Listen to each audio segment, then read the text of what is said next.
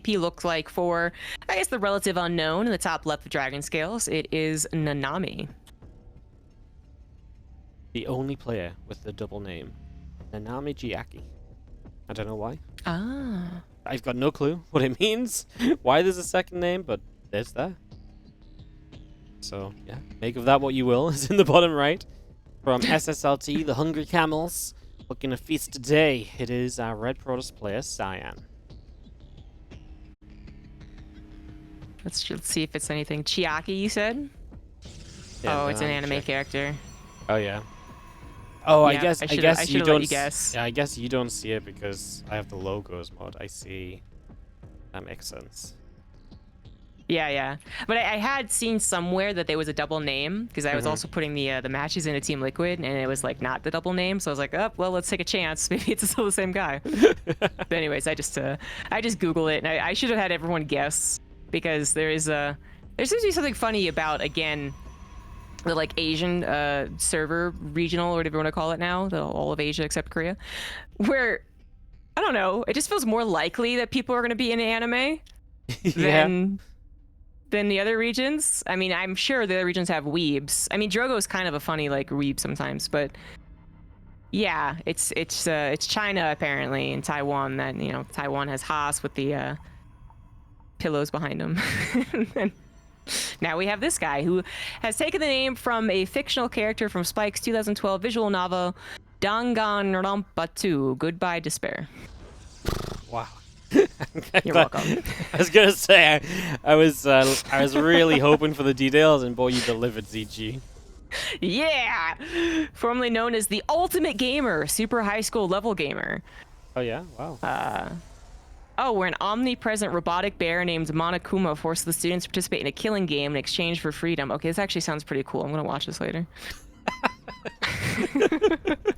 Thank you, Nanami, for the suggestion, as we do have a nice quick nexus on both sides, so both are just going to accept this one-gate expansion on a map, which we didn't see much ramp into natural in the last series. This time we start off with one, so we just make use of it straight away, and with both of them kind of agreeing to kind of one-gate expand, you typically expect this to turn into a nice little macro game, but Cyan's already dropping a pylon on the other side of the map and may be looking to get a little aggressive. Although it might be found here. Nanami just walks into it because the probe gets chased into it, so maybe the whole plan is ruined. That was a bit unfortunate. I wonder if he was gonna proxy Stargate. I don't know actually. Because I was looking at the gas and I was like, it's kind of weird, but I guess you could build 2 oracles from it before it's found out, and then you let it die. Like, what's the big deal? But we'll never know. Yeah, kind of a shame that just gets completely ruined, and like you say, we'll never know. We're gonna lose the pylon. Now he followed up with a second gateway, third gateway in a row. Oh, sorry, his second gateway still. He already cancelled one in the wall. That was just to deal with the Adept initially, and now he rebuilds that gateway after Robo. So, can't say that I love the situation, because we talked about this a lot yesterday, right? Blink is really good in PvP, and I feel like defensive Immortals just don't really cut it as much anymore in this matchup. So, we'll see. We'll see what happens. But yeah, I kind of love the Nanami setup. Obviously, still execution and all the rest, and responding properly is going to come into account here. But yeah, from the baseline, I'm kind of all down for Nanami's setup for now. Yeah, bigger fan of Nanami's setup. It's a lot more of the usual PvP in a very good way. Blink is just a powerful tool. He's added on another gateway. So 3 gateways on 2 bases. Could actually continue warping in with it and then just actually be aggressive while taking this 3rd base. Yeah. Because Cyan is locked in tight back at home, which, you can't really break a 2-base Protoss is the good news, but you can't usually win off a 2-base Protoss. It does happen. It's going to be difficult. Nanami plays his cards right, and he's just in control of this PvP. Yeah. Absolutely, as we just see our Stalkers coming up. We're going to have Blink in a moment. At least there is the Immortal, but there's no battery ready yet, so you got to be a little careful. Especially if that Immortal gets its barrier pinged pretty much straight away. That could become a little bit complicated too. Going to ping it now, but didn't really think ping and continue to fight. I thought ping back away and then maybe you get a few more Stalkers and you jump on it, but that doesn't happen. And a little minor trade out in the end, all said and done. It's going to lead us to Cyan defensively kind of okay, but again, he's down a base, so Nanami just happy to sit here, and if you can keep Cyan off of a 3rd, he should be pretty much always okay right now. Yeah, Cyan even recalled 2 Stalkers that were kind of starting a counterattack. I mean, 2 Stalkers is hardly a run by, but had to use the recall there, lost the Sentry, lost the Stalker with some nice micro from Nanami, and Cyan finally going to have enough to push this back. But it is Cyan that has to be really careful because the 2 Immortals are basically vulnerable. I mean, they're not typically called glass cannons, especially with that hardened shield still activated, but if you don't have a lot besides the Immortals, they're kind of vulnerable. So Warp Prism would also help micro them, and Cyan has proxy to Gateway to get, I guess, as many avenues of attack as possible. Adepts are really distracting Nanami in the main base, leaving it so there's not enough Stalkers at the third. Nanami not realizing that he's in a lot of trouble at the front lines, or at least not giving it enough respect. Shield Body Overcharge will only last so long. Needs to get his other units over here ASAP, and then get a probe on that natural wall. Oh my god, another Adept pair coming on in. Probes will, oh, that's gonna be a lot of dead probes. Yeah, when you pull in the probes to surround the Adepts, it just does not end well usually, so a lot of dead probes, and so far the Immortals still putting in work over on this side as well. Oh. It's gonna be 6 kills, and... Sorry, I thought the Warp Prism was gonna go down. Okay, I was just a moment away from it when it goes down now. I was just a moment away from seeing it, so I didn't see what was about to happen as our Immortal does have to pull back. Obviously, no Prism Micro now, so the Immortal's a little bit more vulnerable. We get rid of both of them. Do we have the Stalkers to continue through? It's always difficult because, well, guess what? Yeah, one person has Blink and the other does not. So Cyan does have to fall away. I mean, down a bunch of workers still. Has an army lead and about to have Blink in his own +1. Could be something he then makes use of to truly finally catch up in workers while being a bit aggressive. Yeah, it could be. That upgrade lead is going to give something for Cyan to work with, but still, you know, fairly far behind in the economy. There was a big spike for Cyan as the Adepts did all the harassment. There's still big harassment, and this is actually ending up being a bit overcommitted. Nanami going into the natural as Cyan's Blink was finishing up is going to get punished, I think, rather appropriately for this. The Adepts of Cyan haven't gotten the most insane probe kills ever, but I feel like combined with the amount of distraction they've been setting up have been very much worth it. Yeah, they've really allowed Cyan to kind of move into every position he's had in this game, right? And as he cleans up almost every Stalker here, this has been extremely good for him, and now +1 in his favor across the map with his own Blink gameplay. Cyan has undone a lot of the parts of the game he was behind in, and this continued attack could just end it in his favor, as he is, well, heavily up in army supply. He doubles army supply, he has the +1. Obviously, you got to be a little bit respectful of a super battery, but honestly, I feel like he has enough to maybe just dive on a super battery as well. He's going to sit back and wait for a little while longer. He still has the gateway top right to warp in from too if he wants to. And Cyan now in control as he's still killing probes. This is like the 5th Adept set that's gotten into the natural, man. I mean, I kind of feel for Nanami because as much as we're like, you know, pluck up the hole, my dude. It also is just so totally unexpected. This many Adept warp-ins so consistently. Like, at some point, you kind of roll your eyes and you're just like, no, you should stop. No, stop it. No, seriously. But Cyan never did, so. Nanami definitely not having enough to defend over here outside of a shield battery. Yeah, not sure what he's thinking there. Is certainly to lose game number 1 at this rate. Yeah, there is not really looking like much hope right now. You've got to fight into Cyan, who kind of controls the space between your natural and third base. You're being forced to fight a little bit away from batteries as well. Makes this even more difficult than it was already going to be. And I mean, Cyan just has so many more units at the end of the day, and seeing that be put to good use, he's going to start talking down the Cyber Core. Well, there is going to be charge, at least from Nanami, but I just don't think we can see enough Zealots to really make the difference, right? Like, if you have 10 Zealots or so and you really have like that frontline tankiness, then brilliant, but that's just not the case here in the slightest. And Cyan just really utilizing different groups of units to create advantages for himself and to give himself an opportunity to take a very good position in the game. And just, even though he didn't like the way that Cyan set up compared to Nanami, he played it better, right? Again, the Adepts are constantly pulling units around and all of this and that. Definitely all coming into his favor. Yeah. The Adepts really were the big problem. The consistent warp-ins surprising Nanami. You know, it's like, fool me once, shame on you. Fool me twice, shame on me. And it was like, fool me 5 times. So it's, at some point it is, you know, Nanami's fault. But I kind of understand how you would think that they would stop. Especially if you were starting to be aggressive, then you would say, well, you can't warp into depth because you need to defend at home. But the point at which Nanami was so, like, was ahead enough to actually be very scary, I don't think actually lasted that long. Because Cyan was on those 2 bases, right? And it's incredibly difficult to break a Protoss on 2 bases, even without the Immortal help, just that high ground in the wall and whatnot. So there was no point that I feel like Cyan actually just was like, nope, I cannot make a depths. Clearly not, because he just kept making them. Yeah.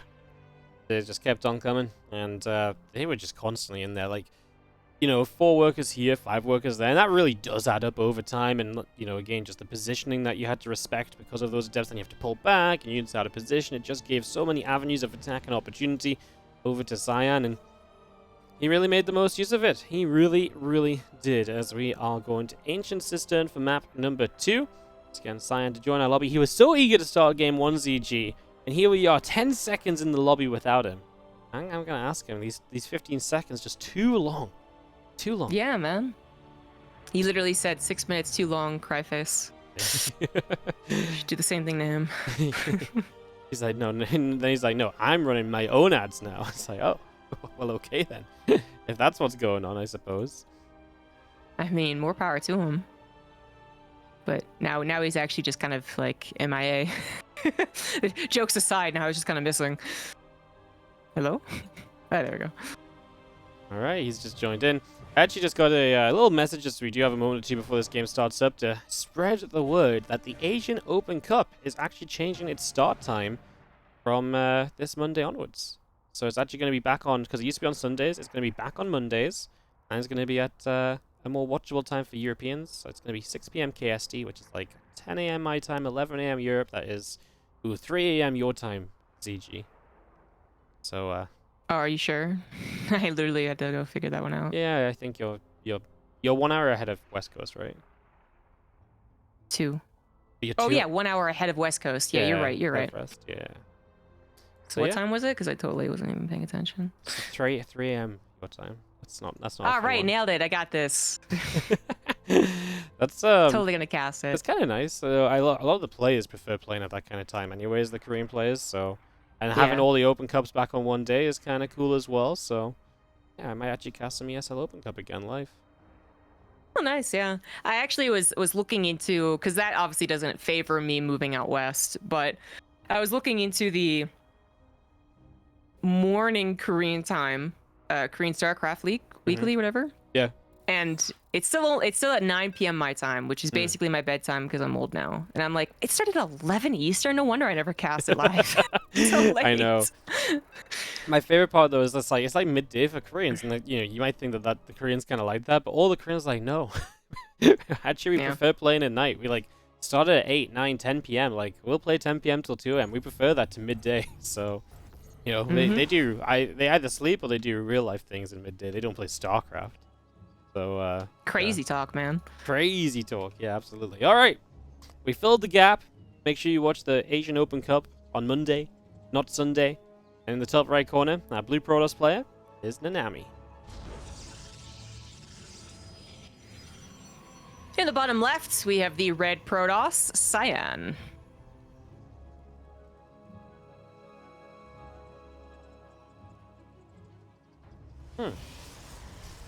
Inconsistent. This time we're going to see a different opening from that 1-gate expand. Both players were pretty happy just to 1-gate initially, and obviously Cyan wanted to proxy and maybe do something. Maybe that's why his entire setup was that little bit weirder. But we'll see now what they can do as they go likely 2 gates each, and see if anyone wants to stick on the 1 base. We'll see if it's just some sort of tech into expansion or sentry into expansion. Obviously a good few ways to expand still off of the 2-gate on the high ground. We see it pretty regularly. It's just a question of, if you do that, does your opponent decide to get aggressive themselves and try and punish that heavily, and then you've got to kind of walk that kind of, a little bit of a line, be a little bit careful. I was expecting, honestly, more 1-base aggression from our previous PvP. So I'm still kind of leaning towards the idea that one of them will, especially because Cyan did try to proxy, even though it was a 2-base setup. So as both of them send their probes out on the map, we're just going to hold our breath on that one. Cyan is sending it in a far more suspicious manner. Which, of course, Nanami will eventually witness the lack of second pylon. And then not going to be an actual proxy. Okay, so just going to be one of those fakes, which Nanami may or may not replicate. Oh, he's actually keeping the probe there. This probe is going to sit here. It wants to say, hello, welcome to my world where we proxy things. So he's going to get that proxy started up in just a couple of moments. He will get that underway. And actually, Cyan's probe looped back around. ZG, joke's on you. He's proxying too. Okay, all right. So that was so weird though. He like literally scouted with his probe around him. Yeah. Which I feel like would have then tipped off any like idle scouting probe, right? But I'm sure there's a reason as to why they do it this way. They both are now getting scouting, but what's funny is that the probe scout is identical to each other. So both of them should be like, hey, what if you're doing the same thing? And she goes scouting around. Certainly they know the second pylon's missing, as we've said, but then on top of that, they should know that it's a bit more committed too. Yeah, exactly. I was going to say, the Stargate was proxied on the other side from Nanami. Actually, maybe Cyan would have spotted it with that little scout, but like you say, then maybe it would have tipped off. So, yeah, kind of an interesting little something to think about there in terms of what could have happened versus what did happen. We do have Oracle on the way up, Warp Gate coming through, Prism still producing on the side of Cyan as well. And he's just going to go full out aggression and hopefully not take too much damage to the Oracle. The Adepts are so close to scouting that it was a proxy Stargate, which, I mean, this really would have confirmed Cyan to keep the Stalkers at home. Right now, there's like a little bit of suspicion, but since the attack hasn't started yet, the Stalkers are certainly well-placed. No, well, kind of well-placed. I mean, they're close to well-placed. Could have maybe gotten a couple extra shots off, saved maybe one of those probes, but deterring the Oracle. Now, knowing what the opponent's build order is, well, now I suppose you focus entirely on the aggression, which so far is just Adept aggression in the Warp Prism. He did not build an Immortal here. Yeah, it's honestly kind of, I want to say lackluster. We had an extra gateway, so he's doubling down on the idea of being very feisty, kills 2 probes, gets the Adepts out safely. You still have the Oracle to deal with. There's a battery on the way up. Obviously, a battery helps with one Oracle. If there was a second one, then the battery doesn't really matter too much. But of course, that's a gamble, because then if you kind of build a second Oracle, do you have enough back at home to defend? We're now building the Immortal from Cyan, and he is absolutely looking to just stay on the aggro mode right here. These Adepts walk in, and it looks like, I was going to say, I think that was a position you could have finished them and got a few probes, and the Prism could have slipped up the right side to evacuate them, but never mind. We don't commit just yet, and we sit back for now. Nanami canceled their Nexus, which I kind of understand because you are assuming this is going to turn into a one-base robo all-in, but it does get awkward when you, I don't know how to put this, like submit to the one-base all-in, because we do see someone expand and still defend the Immortal all-in. It's difficult if you have all your defenses back on the natural, which obviously Nanami doesn't have, but now it means that Cyan could just contain Nanami and play out the PvP, whereas, you know, obviously if you do defend your Nexus, then it's just do or die right then and there. So I'm not worried about Nanami right now, who has 3 shield batteries, you know, protecting the high ground, but I am worried about, I guess, the overall context of the game, but it also depends on how Cyan works this out. Is he going to just contain and macro back at home? Is he going to go with the Disruptors? Is he going to take damage from that, what is 2 Oracles? So far good against the 2 Oracles, but it looks like he's actually going to try and bust up this ramp despite the 3 shield batteries being available. Blink's only halfway done, so the 2 Immortals now are still pretty king. But I guess it is just all about micro, and we'll see what happens afterwards. It's going to finish off this gateway, and for the moment we're going to step back and apparently be done with this. A couple of Oracles have not found their moment to dive on in. The 3 Stalkers, as you mentioned, still there, waiting to defend against them, and a couple of Adepts will threaten the shade in once again. The Stalkers pull back a little. The problem is for Cyan, obviously going all the way up this ramp is rough. That was a good force field duo. If there was a third on the right side, he would have had 2 Stalker kills, and I'm kind of surprised he didn't drop it. He had the energy, as now he goes after the pylon that unpowers all the batteries. That's disastrous. Now you're up the ramp, and this is really bad.